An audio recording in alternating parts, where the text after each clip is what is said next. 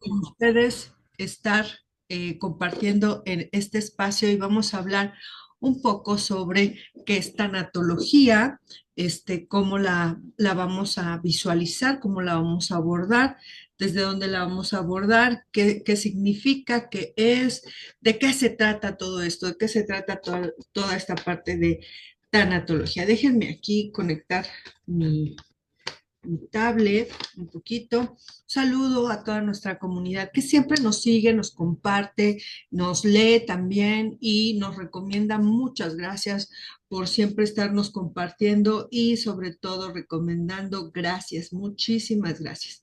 Bueno, vamos a retomar esto que estábamos hablando. ¿Qué es tanatología?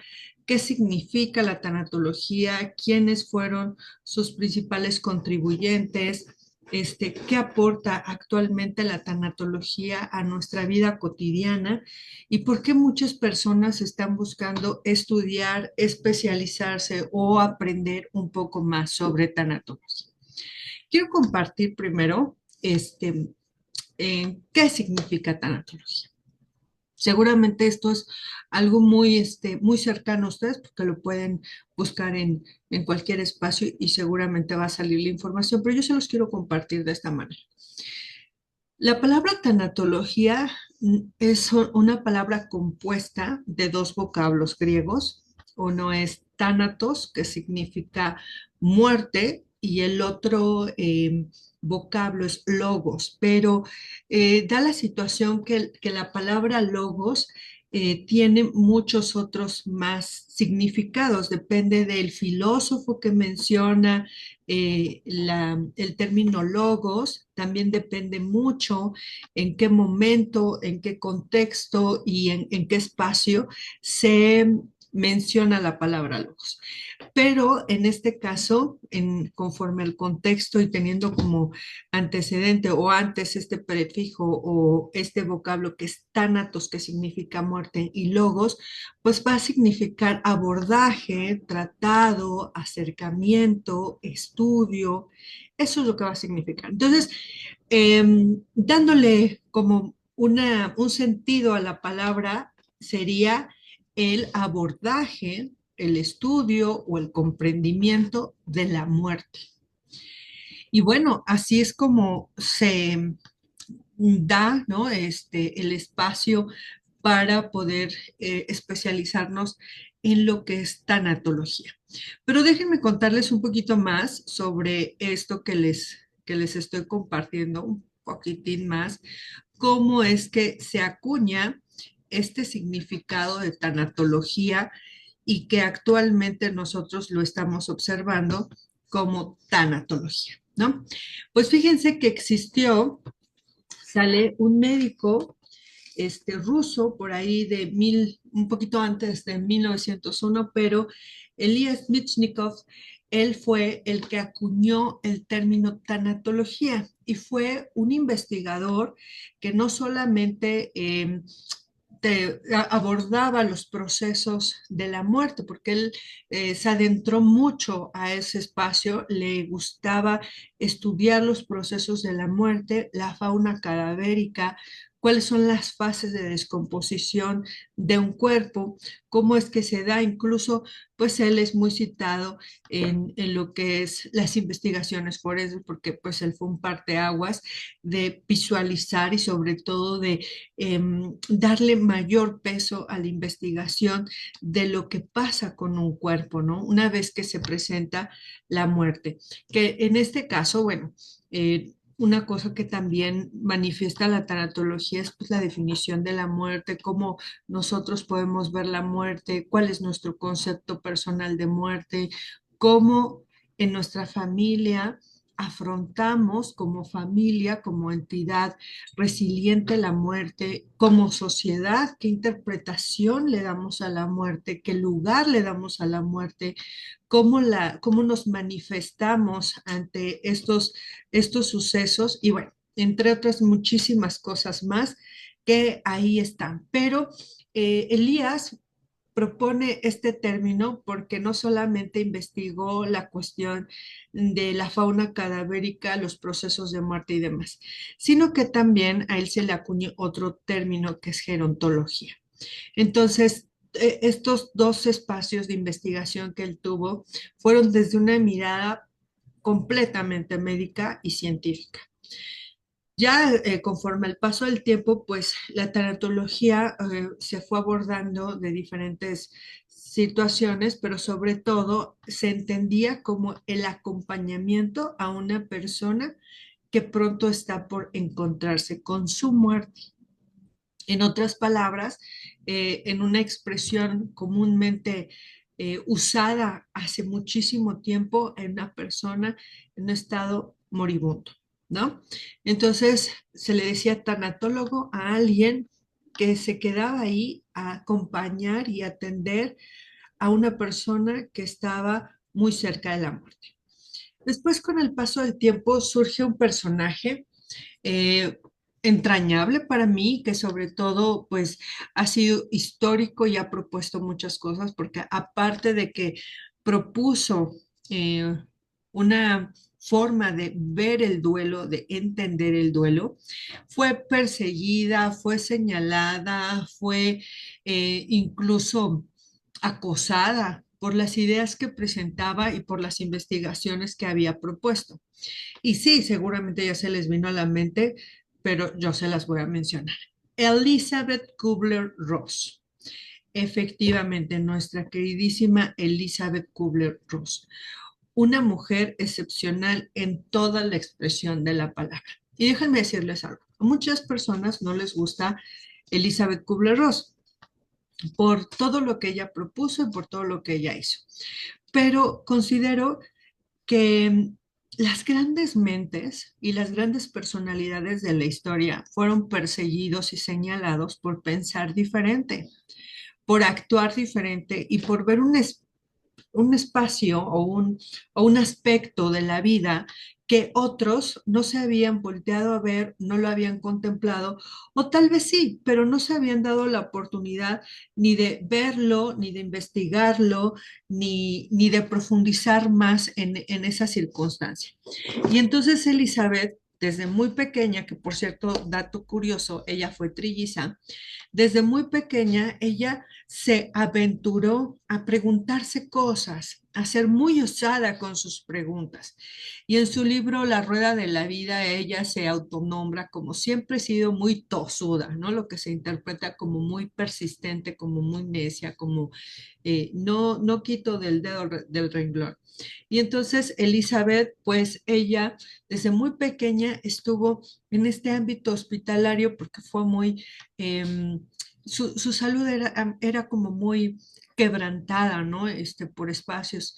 Y aparte siempre fue una mujer muy sensible a las enfermedades, ella y sus hermanas. Entonces ella desde muy pequeña tuvo contacto con hospitales, el trato de los médicos hacia los enfermos y hubo circunstancias específicas en su vida desde su infancia que la marcaron, que la hicieron preguntarse sobre la vida, sobre la muerte.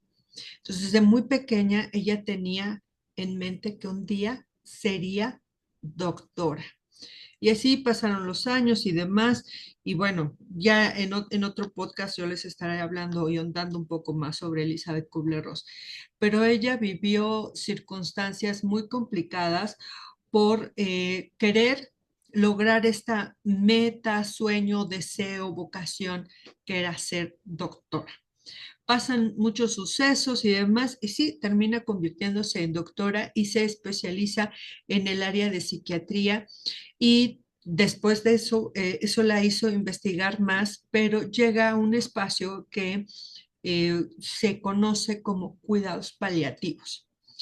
Hasta la fecha, pues una persona que va hacia cuidados paliativos es porque las cosas no están marchando bien, pero no quiere decir que hay un completo desahucio. Hay un estigma con respecto a cuidados paliativos. Pero retomando el punto con Elizabeth Kubler-Ross, ella comienza a trabajar en cuidados paliativos y se da cuenta la manera en cómo los enfermos son tratados, cómo las personas se sentían en una cama de hospital, cómo actuaban las familias y cómo se manifestaban ante el hecho de la enfermedad.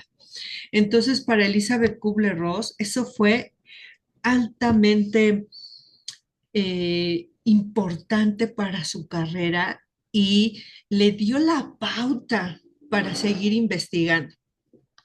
Pero déjenme comentarles algo, una anécdota. Había una mujer en un hospital en donde Elizabeth Kubler-Ross trabajó, y esta mujer tenía mucha confianza con todos los enfermos.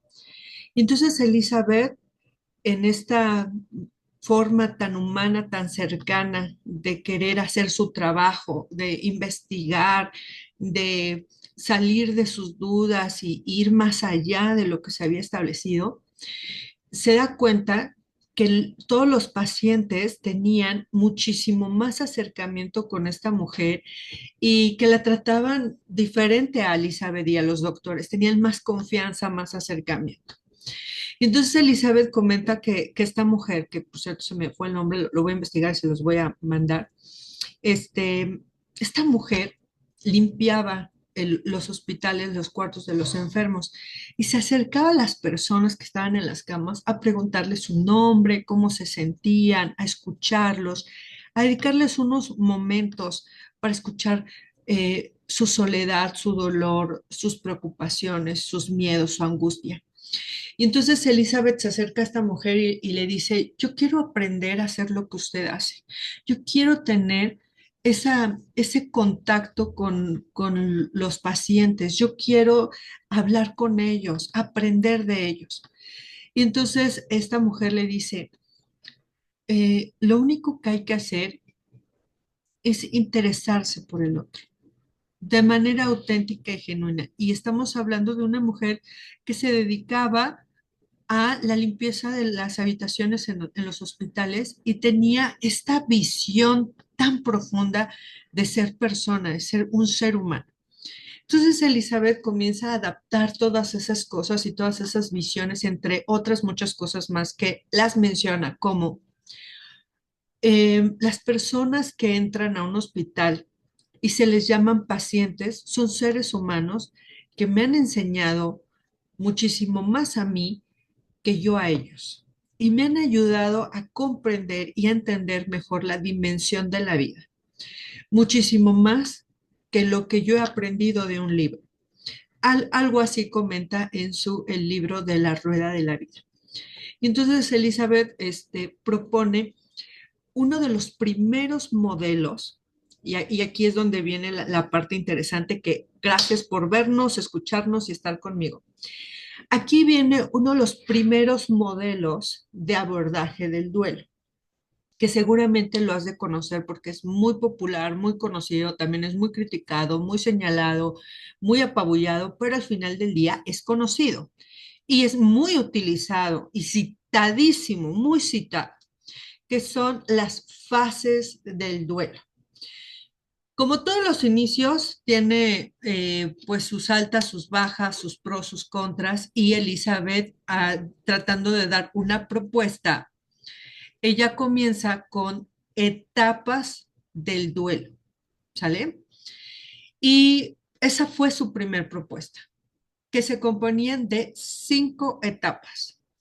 Después, con las reflexiones, escuchar a sus pacientes, escuchar a todas aquellas personas que estaban pasando por una pérdida, que en este caso era de un familiar por muerto, porque esto al principio fue propuesto para las personas que estaban en un estado muy complicado de salud, estaban en cuidados paliativos, sabía que ya eran sus últimos momentos de vida y pues se les consideraba como moribundos en ese tiempo. Y entonces Elizabeth propone estas etapas visualizando, estudiando, escuchando y sobre todo reuniendo los rasgos de los comportamientos emocionales que tenían las personas que iban a morir. Estos comportamientos también los podía observar en la familia de las personas que iban a morir. Después, este modelo, al ser estudiado y también al ser criticado, porque lo criticaban como no puede ser posible que sea en orden y que pasemos cada etapa una después de la otra, una después de la otra. Entonces Elizabeth, que siempre fue una mujer muy curiosa, flexible y humilde también, no dejó que el título se le subiera a la cabeza, dijo, es verdad, o sea, las personas no vamos en orden, la experiencia tiene cambios, tiene modificaciones. Y entonces sacó un libro que se llama La muerte y los moribundos, y ahí es donde propone, hace la reestructuración y propone este modelo de duelo como fases del duelo. Entonces, lo más atinado es decir fases, no etapas. Aun cuando veamos en redes sociales que se citan etapas del duelo, ¿no? Diplomado en etapas del duelo, vamos a dar un taller de etapas del duelo, no es que esté incorrecto, esa fue la primera propuesta de Elizabeth Kubler-Ross, pero después, rectificando esa parte y con su nuevo libro, ahora son fases del duelo. Eso fue un modelo, ¿verdad? Un modelo de duelo. Actualmente existen muchísimos modelos más para el abordaje de duelo. Cuando te formas como tanatólogo, lo que aprendes es a comprender, a estudiar y a practicar esos modelos, ¿no? Esos modelos sobre el duelo. Pero si tú eres terapeuta y tú ya tienes un enfoque para dar psicoterapia, para ser un terapeuta, entonces lo que pasa es que la visión y la propuesta tanatológica eh, enriquece tu práctica terapéutica, ¿no? No es tan necesario que se aplique un modelo cuando tú eres terapeuta. Pero cuando tú te has especializado como tanatólogo, que aquí, ojo, déjenme decirles, para especializarte como tanatólogo, no basta con tener un diplomado, porque la experiencia es múltiple, profunda, diversa, y hay que tener muchos recursos para comprender diversos aspectos, no solamente de un proceso de duelo, sino también de cómo el ser humano afronta sus situaciones límites, ¿no? Cómo afronta la adversidad, cómo afronta el dolor y comprender otros muchísimos más conceptos, como por ejemplo la estructura de la familia, la personalidad, los tipos de enfermedades que se pueden desarrollar en una circunstancia mental, emocional, cómo es que una enfermedad psiquiátrica puede desencadenar otro tipo de comportamientos y otro tipo de enfermedades emocionales y también físicas y adicciones y demás. O sea, no solamente es acercarse a la persona y decirle, muy bien, todo va a estar muy bien, que por cierto eso no se dice, pero a veces se entiende que eso es la tanatología y la tanatología va muchísimo más allá de eso, muchísimo más allá. Entonces, Elizabeth, que pues su propuesta, su modelo de duelo se dio por ahí de los años 60, ¿no? Por los años 60, 70. Fue mucho, muy criticada porque bien decía Elizabeth, entiendo a la gente que me critica, entiendo muy bien a la gente que me señala, porque estoy proponiendo algo que nos da miedo entenderlo y nos da miedo integrarlo a nuestra visión de vida, que es la muerte. Entonces, cuando no comprendemos algo, lo atacamos. Y así lo veía Elizabeth, ¿no? Lo veía mucho, muy así. Y aparte que hubo un aspecto, yo lo podría mencionar, un aspecto un tanto como histórico. Entre los años 60, 70 comienzan las primeras cepas del SIDA. Era una enfermedad relativamente nueva, desconocida y que no se sabía cómo abordarla o darle tratamiento a las personas que habían contraído SIDA. Entonces ella eh, destina gran parte de su presupuesto para comprar un rancho y darle atención médica a esas personas que muchas de esas personas eran niños, niñas, adolescentes que no tenían la manera de cómo ser atendidos.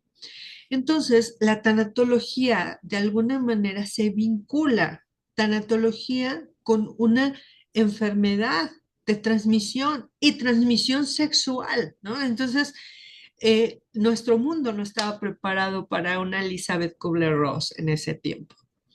Era una mente muy osada y que proponía temas que el mundo no quería visualizar. Para empezar, la muerte. Luego, para seguirle, una enfermedad en la cual no se tenía todavía recursos para entenderla, ni tampoco para atenderla. Y luego que esa enfermedad tenía una circunstancia de un vínculo sexual, estamos hablando de la sexualidad, que también es un tema tabú, entonces pues todo lo tenía en contra de ella. Por mucho tiempo la tanatología tuvo un bajo perfil y se entendía como el acompañamiento a los moribundos únicamente. Pero Elizabeth propone este modelo que da este parteaguas, que un duelo, la palabra duelo significa dolus en latín y dolus es dolor. Entonces, cuando nosotros decimos duelo o estoy en duelo, eh, dándole un sentido a este prefijo en latín, es dolor, me estoy doliendo. Que aquí también, ojo también, ojo aquí. A ver, a toda mi comunidad linda, maravillosa, hermosa, inteligente. Hay una enorme diferencia entre luto y duelo. A mí me parece asombroso que aún se siga mencionando como de una manera indiferente. Estoy de luto o estoy en duelo. El luto es un aspecto cultural designado específicamente a la pérdida de un ser amado. Y el luto se manifiesta por rasgos culturales que la misma sociedad o la cultura propone, como pueden ser la manera en cómo te vistes, la manera en cómo te comportas, por algunos rituales, también por algunos rasgos, símbolos o circunstancias que van a marcar que esa persona acaba de perder a un ser querido. Como por ejemplo, poner un moño negro en la puerta, eso es una señal de luto porque alguien murió. O actualmente, pues ya como revolucionándonos un poco, en las redes sociales se pone un moño negro en nuestro perfil, ¿no? Para todas aquellas personas que opten por esta manera de comunicar su luto. Pero cuando estamos hablando de duelo, estamos hablando que el duelo se aplica a toda circunstancia de pérdida. Las pérdidas son múltiples, diversas y muchísimas, hay de muchísimos tipos. Entonces, si yo estoy pasando por una circunstancia de pérdida, muy probablemente se ha aperturado o se ha iniciado un proceso de duelo. Y el duelo es, como yo les comentaba, que significa dolus, dolor, me estoy doliendo. Pero hablando desde el aspecto y desde el planteamiento tanatológico, el duelo es un proceso de reajuste, ¿sale? Un proceso de reajuste para la vida, en donde también la palabra duelo significa combate, que ese me gusta más, combate, porque yo siempre se los pongo así en las clases de tanatología. Estoy en una lucha interna entre lo que antes tenía, que me gustaba mucho, que gozaba, amaba y era muy significativo para mí en mi vida, y se presenta la pérdida y ahora en mi nueva vida ya no está eso que era significativo, amado, profundo y que me hacía ver diferente la vida, ya no está. Entonces el duelo es ese proceso en donde yo me comienzo a ajustar a mi nueva vida, donde aquello que yo amaba ya no está. Entonces es como estar en constante combate hasta que dejamos de pelear por eso y decir, es verdad, ya no está, sí pasó. Yo no elegí que pasara, pero ahora que ya pasó, que ya se hizo evidente, pues ahora proviene la parte de ajustarme con la vida que tengo ahora. Entonces, es de veras muy, muy significativo, en verdad. A mí estos temas de tanatología me encantan y ahora podemos comprender que la palabra duelo no solamente se aplica cuando has perdido a un ser amado, sino a cualquier tipo de pérdida.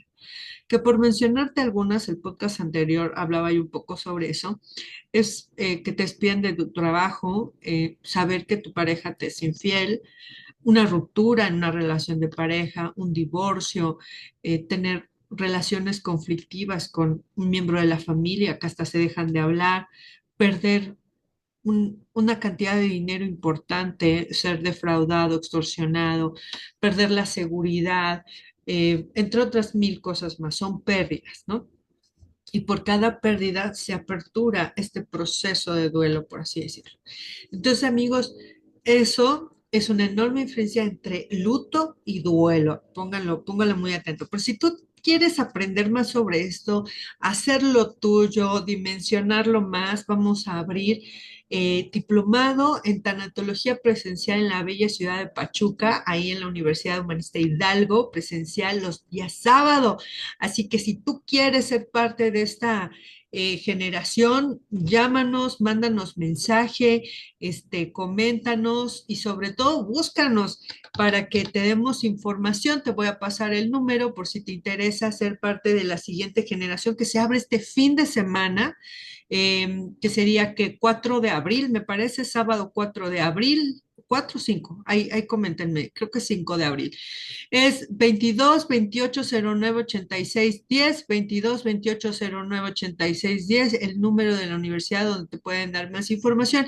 Y vamos a abrir una generación más de tanatología en línea el lunes 7 de abril a las 6 de la tarde con clases de 3 horas, pero si tú quieres más información, mándanos ahí la información.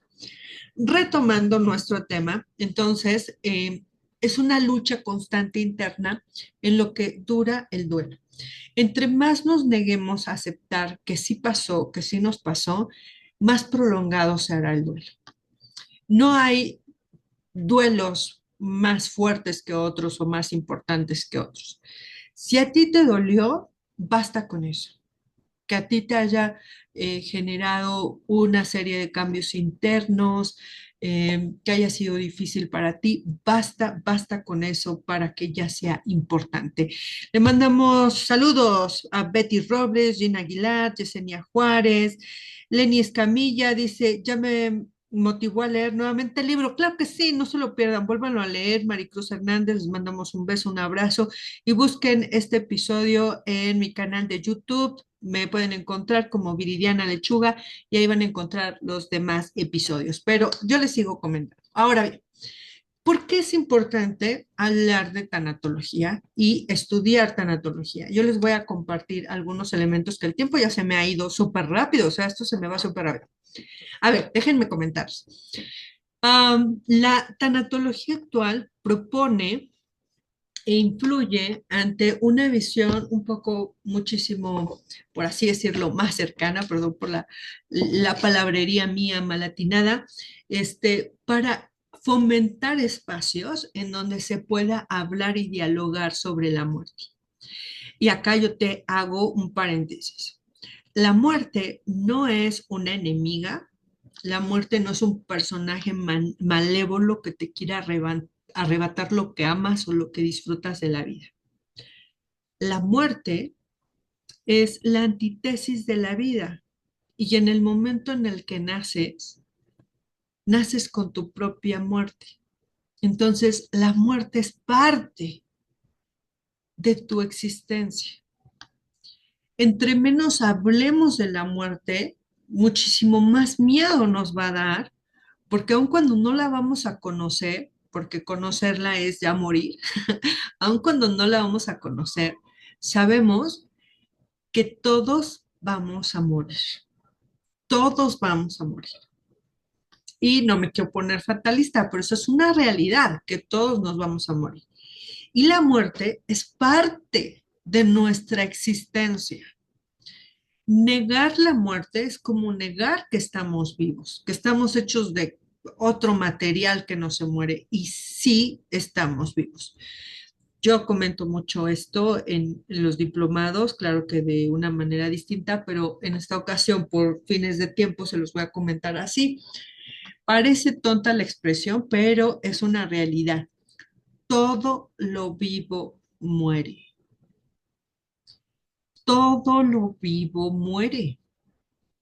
Y como siempre lo comento, ¿no? En los diplomados también, mm, las mascotas, los árboles, los microorganismos, las abejas, las hormigas, tu mascota, las personas, todo lo que está vivo un día morirá.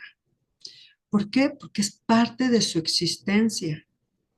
Entonces, así como se presenta una cuestión, viene su antítesis. La luz termina cuando se presenta la oscuridad y viceversa, ¿no? El frío termina cuando se presenta el calor y la vida termina cuando se presenta la muerte. Y todos tenemos ya en nuestra existencia nuestra propia muerte. Hay un cuento muy bonito que está un tanto largo, lo pueden buscar ahí en YouTube, que se llama El pato y la muerte. Y él dice una frase muy interesante, la muerte. Le comenta, estoy aquí por si acaso. Nosotros vivimos con nuestra propia muerte. O sea, la tenemos ahí por si acaso. Por si acaso pasa algo, me encuentro con mi propia muerte, porque eso es también la última de mis posibilidades que quitará de mí el dolor, si es que fuera necesario. Por ejemplo, en el caso de una enfermedad, Yesenia Juárez dice, ¿cuál es el libro? ¿Cuál es el libro? El libro es La Rueda de la Vida de Elizabeth Kubler-Ross. Y si quieren saber más sobre ese libro, dimensionarlo y comprenderlo más, los invito a que se inscriban al diplomado. También tenemos otro libro de Elizabeth Kubler-Ross que se llama La muerte y los moribundos, en donde habla sobre las fases del duelo.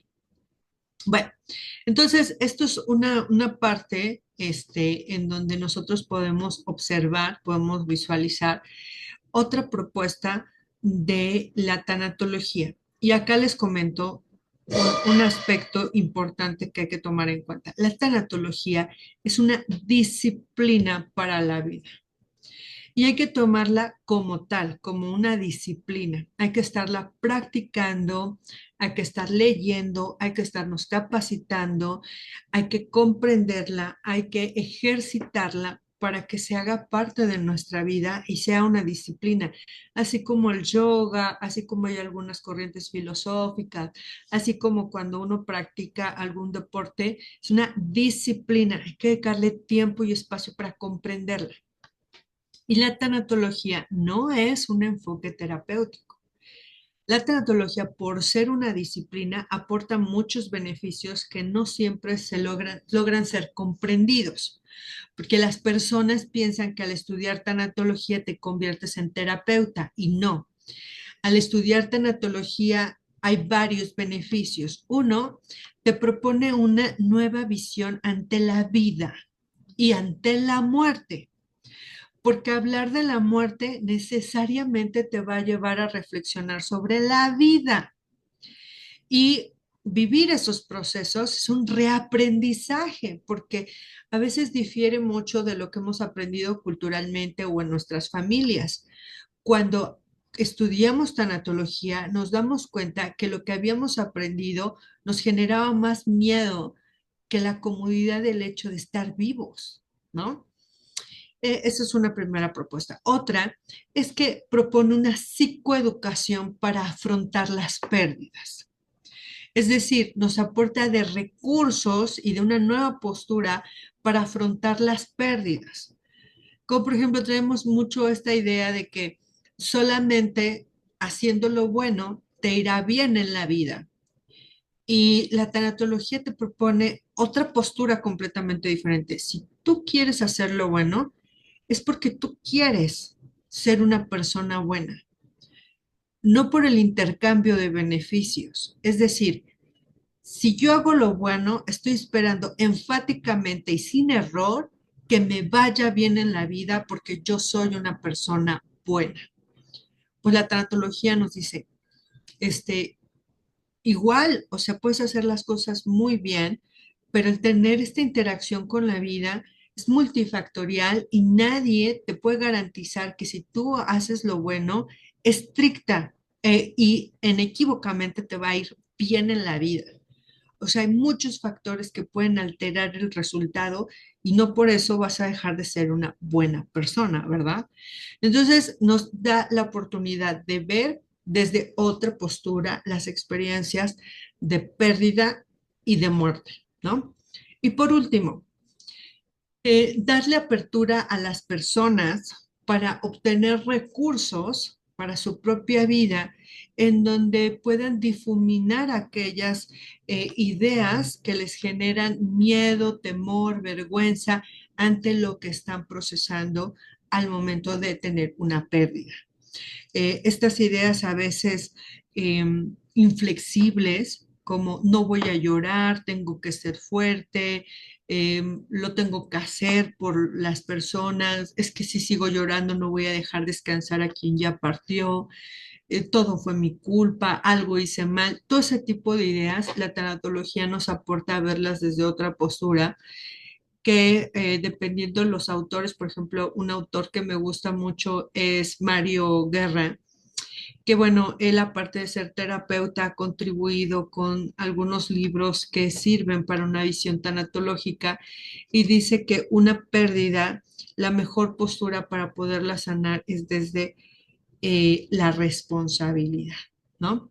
Desde este término que él propone y cómo lo propone. Así que, pues vamos a darle apertura a todas estas ideas y mi estimada comunidad, pues sí, me preguntaban, fases del duelo, sí, las fases del duelo que propone Elizabeth Kubler-Ross, que es un modelo en donde pues se observa o se comprende el proceso de experiencia de la persona cuando atraviesa por una pérdida. Entonces, pues es bien interesante todas estas partes del duelo, es muy interesante poderlas visualizar desde esta circunstancia. Y yo les voy a comentar una frase que decimos mucho en tanatología. El duelo eh, nos invita a volver a amar. Cuando nosotros tomamos el duelo por un camino, lo voy a describir así metafóricamente, por un camino oscuro, estruendoso, ¿no? Complicado, ese camino nos dice, no vuelvas a amar para que no te vuelva a doler. Pero el planteamiento ya nos está doliendo porque no nos estamos permitiendo amar. La tanatología nos da este acompañamiento y nos resignifica el camino y dice, el duelo te desafía a volver a amar, no como tal a una persona, amar la vida, amar tu vida, amar las pequeñas cosas y disfrutarlas. Y por último, quiero terminar, dice acá, ¿me puede dar algún nombre del libro de Mario Guerra? Ah, les recomiendo uno, por cierto, voy a hacer un podcast hablando sobre referencias de libros tanatológicas. No se lo pierdan, no se lo pierdan, síganme en mi canal de YouTube. Bueno, un libro que me gusta mucho, mucho, Mario Guerra, porque es contundente, específico, así muy discernible. Y aun cuando hay aquí mucha gente que puede ver mi canal, que critica los libros de autoayuda, pues no todos somos eruditos para estar leyendo libros muy profundos de filosofía, ¿no? Y de la angustia. Bueno, pues sabemos personas que queremos algo más desmenuzado, algo que nos ayude a comprender muchísimo más la vida. Y uno de esos autores es Mario Guerra, les guste o no les guste. Bueno, Mario Guerra tiene un libro que se llama eh, Del otro lado de la tristeza. Librazazo, librazazo, sazo, sazo. Si tú estás en un proceso de duelo o si quieres comprender un poco más cómo son los procesos de duelo, este libro del otro lado de la tristeza es maravilloso. Cuando lo terminen de leer, me comentan qué hay del otro lado de la tristeza, porque no se los voy a spoilear aquí, ¿verdad? Está muy bueno ese libro. Existe el duelo patológico, depende la postura del terapeuta o del acompañante que te está dando ese seguimiento. Pero para no dejarlos así en el aire, si yo soy un psicólogo clínico que me dedico a buscar síntomas y a esos síntomas darles un nombre pues mi práctica es sobre el paradigma clínico. La respuesta es sí, existe un duelo patológico desde una visión clínica terapéutica. Pero si nosotros vemos el duelo desde otra visión, desde la visión humanista existencial, el duelo, a lo que nosotros le podemos llamar patológico, es solamente una manera de reajuste para la vida, en donde el duelo se desborda de tal manera que los únicos recursos que tengo para poder afrontar la vida es de esta manera, con estas conductas y pensando así, porque de otra forma hoy no comprendo la vida de otra manera. Y ese tema del duelo patológico de verdad a mucha gente le interesa un montón. Vamos a hacer algún taller o algo que nos pueda clarificar un poco más a profundidad el tema. Dice que, ¿cómo puedo decirle a alguien que está muriendo? ¿Cómo puedo decirle a alguien que está muriendo? Um, Entiendo la pregunta como, a ver, yo tengo el diagnóstico de que la persona ya se encuentra en una circunstancia de salud en donde los tratamientos médicos no van en dirección a restablecer la salud. Los tratamientos médicos que existen ya en la condición de esta persona es para darle calidad de vida hasta que llegue la última de sus posibilidades, que es la muerte. Considero yo que todas las personas que están en una circunstancia así tienen derecho de saber qué les va a pasar. Aun cuando nosotros les neguemos la información, tenemos o poseemos una información interna que podríamos llamar la intuición, la podemos llamar sabiduría, que esa información, que eso que sentimos, que eso que experimentamos, ya sabemos la respuesta. Solamente queremos que alguien nos las confirme. Entonces, como tal, manipular esa información, lo único que va a generar es más dolor en la persona que está transitando por la experiencia.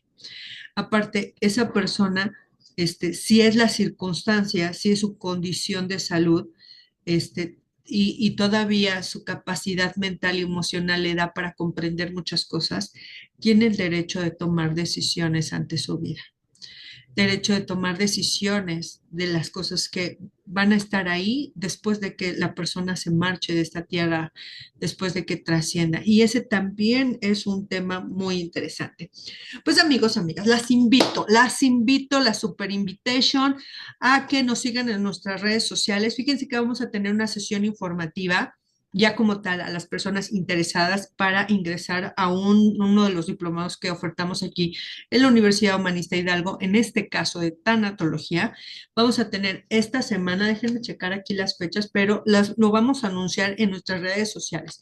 ¿Cuándo es que vamos a tener esa sesión informativa para quienes están interesados en estudiar tanatología? No se lo pierdan, amigos, no se lo pierdan. Síganos en nuestras redes sociales, denle me gusta, búsquenme en YouTube o si no, escríbanos en el número que ya les había comentado. Les mando un abrazo, un beso y ahora sí me supervolé la barda porque me pasé del tiempo, pero fue para mí muy grato tenerlos en este espacio, compartir con ustedes este tema tan maravilloso. Esto fue Sanamente, porque sanamente es pensar diferente aquí por la Universidad Humanista Hidalgo. No se pierdan nuestros podcasts cada lunes y sobre todo en nuestro canal de YouTube, Viridiana Lechuga, Sanamente, ahí puedes encontrar todos los demás episodios. Les mando un beso grandísimo, compartan porque compartir es también contribuir. No se pierdan el siguiente episodio. Bye, adiós, cuídense mucho, que tengan bonita noche y una vida muy feliz.